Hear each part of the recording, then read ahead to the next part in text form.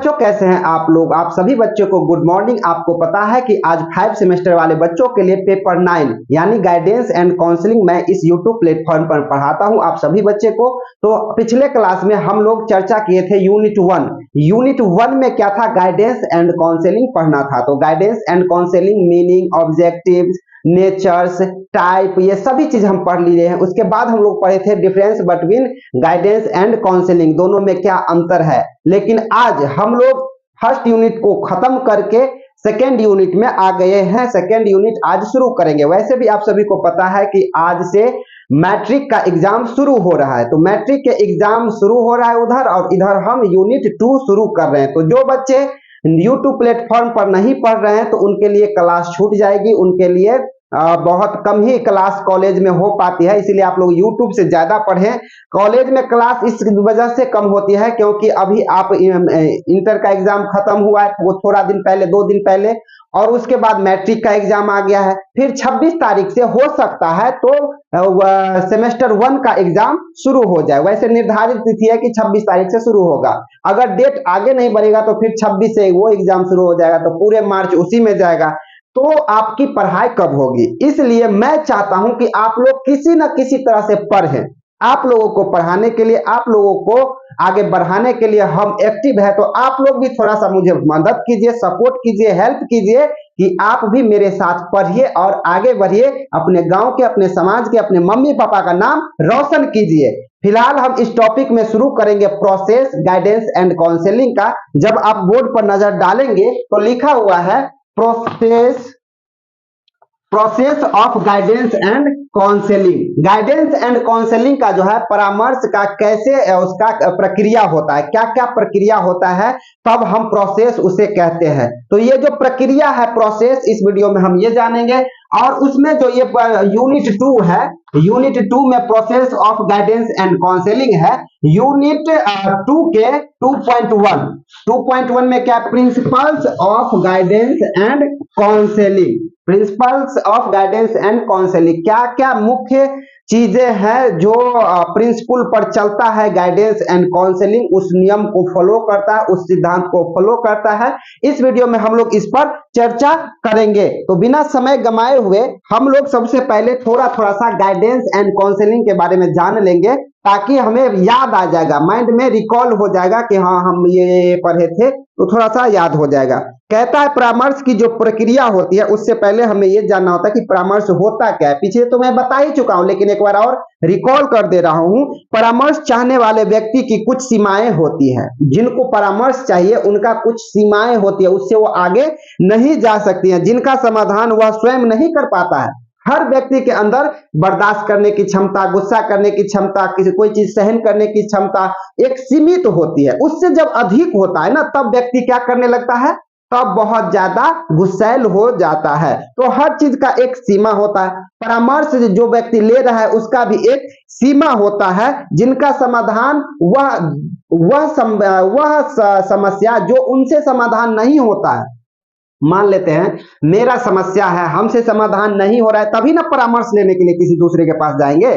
तो वही बात कह रहा है कि स्वयं नहीं कर पाता है समस्या का समाधान, इसके लिए उसे संवैधानिक वैज्ञानिक मार्गदर्शन की आवश्यकता महसूस होती है कि अब मुझे किसी से मदद लेना चाहिए।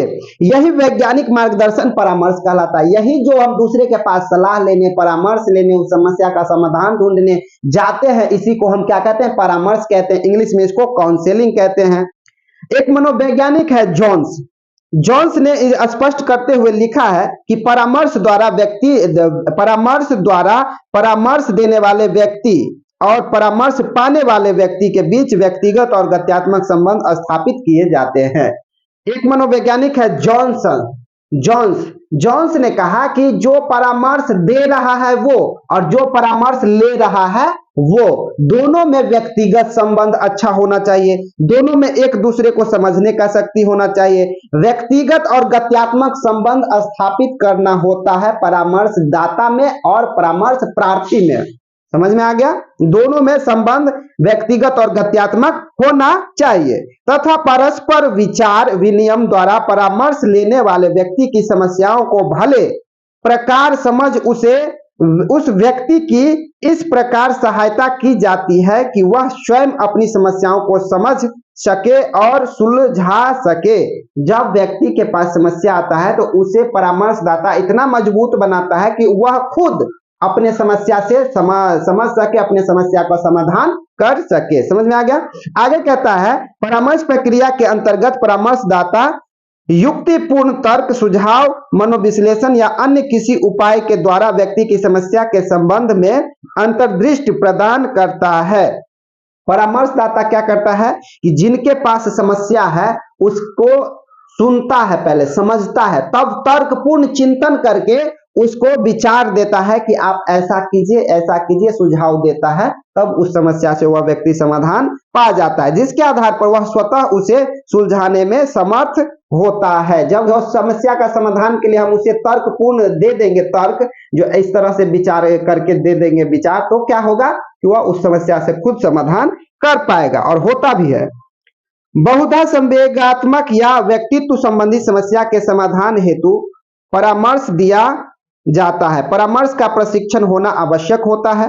परामर्श को सफल बनाने के लिए उसे सुनिश्चित विशेषताओं का होना आवश्यक है। प्रार्थी के प्रति उसका व्यवहार सामाजिक, व्यवहारिक, स्नेहपूर्ण, सहयोगपूर्ण एवं मैत्रीपूर्ण होना चाहिए। प्रार्थी का और परामर्शदाता के बीच, प्रार्थी के प्रति उसका व्यवहार कैसा होना चाहिए? जो हमारे पास समस्या लेकर के आया है तो उसके प्रति मेरा कैसा व्यवहार होना चाहिए? सबसे पहले तो व्यवहार मेरा अच्छा होना चाहिए। ये वो अपना समस्या मुझे सुनाने के लिए आया है, इसका मतलब उसे मदद की जरूरत है, तभी ना वो आया है। जब मदद की जरूरत है तब वो आया है, तो हमें व्यवहार अच्छा करके रखना पड़ेगा।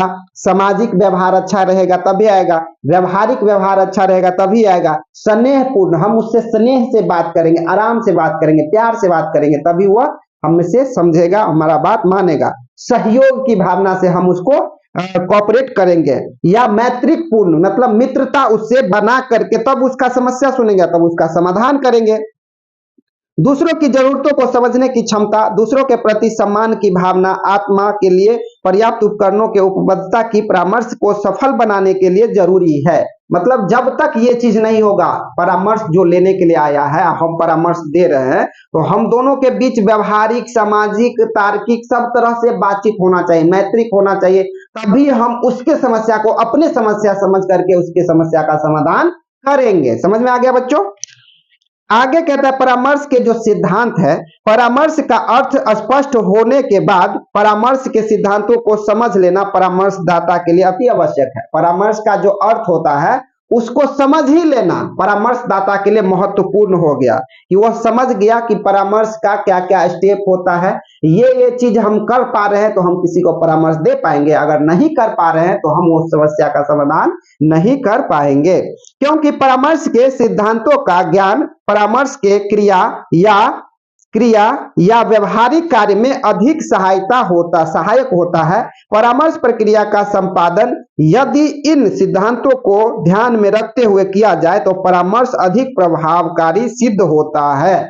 कुछ सिद्धांत यहाँ दिया गया है परामर्श देने वाला के लिए, जो परामर्श दाता है देने वाले के लिए। कहते हैं ना कि ट्रेनिंग, बिना ट्रेनिंग का आप किसी को परामर्श नहीं दे सकते। वही जो प्रक्रिया है, वही जो प्रमुख कुछ चीजें, बातें हैं, सिद्धांत है, उसको हमको समझना है। हम ही को नहीं, बाकी जो भी लोग परामर्श देते हैं उनको ये सभी सिद्धांत समझना अति आवश्यक है। इन सिद्धांतों का विवरण अग्रलिखित है, मतलब इसका आगे लिखा हुआ है, हम आपको पीडीएफ भी भेज देंगे तो आप उसको आराम से लिख सकते हैं। इसमें टोटल 18 सिद्धांत बताए गए हैं। इसमें कुल टोटल कितना सिद्धांत बताए गए हैं? 18 सिद्धांत टोटल बताए गए हैं। तो 18 सिद्धांत को एक साथ बता पाना मुश्किल है, तो इसके लिए हम लोग इसको अगले क्लास में वीडियो का यूट्यूब का जो अगला क्लास होगा उस टॉपिक का नाम होगा, इसका तो हम अर्थ आज समझ लिए हैं, उसका जो हेडलाइन बनेगा प्रिंसिपल्स ऑफ काउंसलिंग, परामर्श के सिद्धांत। क्योंकि इधर ये 10 मिनट का वीडियो बन गया है और फिर इधर ये बन जाएगा बहुत लंबा, तो इस वजह से इसको 2 भागों में बांटते हैं। आज हम लोग अर्थ पढ़ लिए और कल हम लोग इसके प्रमुख जो सिद्धांत है 18 तरह का, उसके सिद्धांत के बारे में पढ़ेंगे। फिर मिलते हैं इसी के सिद्धांत के बारे में समझने के लिए, सोचने के लिए, विचार करने के लिए मेरे साथ आप। तब तक आप लोग इसी तरह पढ़ाई करते रहिए और हमसे जुड़े रहिए।